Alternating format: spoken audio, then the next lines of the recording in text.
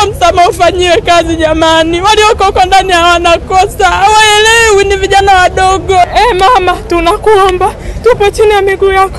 Unaongoza nchi. Tuangalie watu wa mitaani, tunaumia kama sisi hao kama ndio watoke ili tuweze kuishi.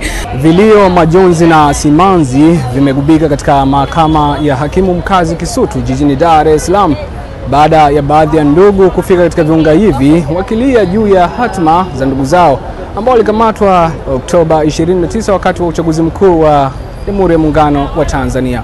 Hii leo wamefika mahakamani hapa ikiwa ni siku chache baada ya kutolewa kwa kauli ya Rais wa Jamhuri ya Muungano wa Tanzania Dr. Samia Suluhu Hassan ya kwamba wale waliofuata mkumbo basi waachiwe. Hivyo wao wamefika mahakamani hapa wakiamini ya kwamba wataona ndugu zao tangu walipotoweka katika siku hizo. Mimi naitwa Mikandaba na hivi ndivyo hali ilivyokuwa katika viunga vya mahakama ya hakimu mkazi Kisutu jijini Dar es Salaam kwa siku ya leo. Nimekuja hapa kwa ajili ya kaka zangu wawili. Hao ndio kaka zangu wa kwanza kuzaliwa, wakitoka wanafuata mimi. Walikutwa wananunua chips tarehe 29, wakaambiwa wao na muuza chips afunge, wakabebwa kwenye Defender wakapelekwa kituoni Oysterbay. Mama, tunakuomba tupo chini ya miguu yako. Unaongoza nchi. Tuangalie watu wa mitaani, tunaumia kama sisi hao kama ndio watoke ili tuweze kuishi. Mama, kaliangalie hili. Mama, kasamea watu walikuwa hana hatia walikamatwa kwenye maandamano. Mama, tunakuomba, tuna uchungu mama, tunaumia mama, tunaumia. Yaani kitu ambacho mdogo wangu haelewi, kwanza ni mpole, haelewi. Nafika Segerea ananiuliza dada, waini ni nini? Yaani haelewi hata waini ni nini. Anasema tu amepewa kesi ya waini. Basi ndio tumesikia mama ametoa msamaha, vijana waachiwe.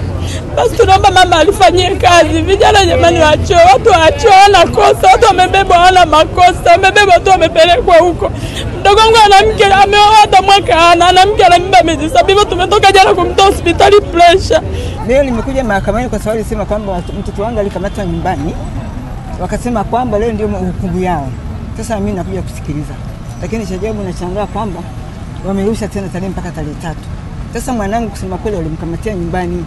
Pale nyumbani kwetu tuna sisi kama familia tumejenga tu, watoto wetu tumejenga kuanzia kwa baba mpaka chini. Mimi hoja yangu tu ni kwamba huyu mheshimiwa alivyotamka kwamba watu waachiliwe, basi waachiliwe. Kwa nini tena wanataka kutuwekea mipaka? Wanaweka tena vikwazo kwamba eti mpaka tarehe 3. Mwanangu atakata tarehe 3 kwa kosa gani? Mimi ndicho nauliza tu hicho, kwa kosa gani? Hata polisi walikuwa mshika wenyewe, alivuka kamanda mkuu, polisi alikuwa nani? Anapiga mtu mmoja. Ni haki. Hakuwa na silaha, hakuna na kitu chochote. Nyinyi mnapiga.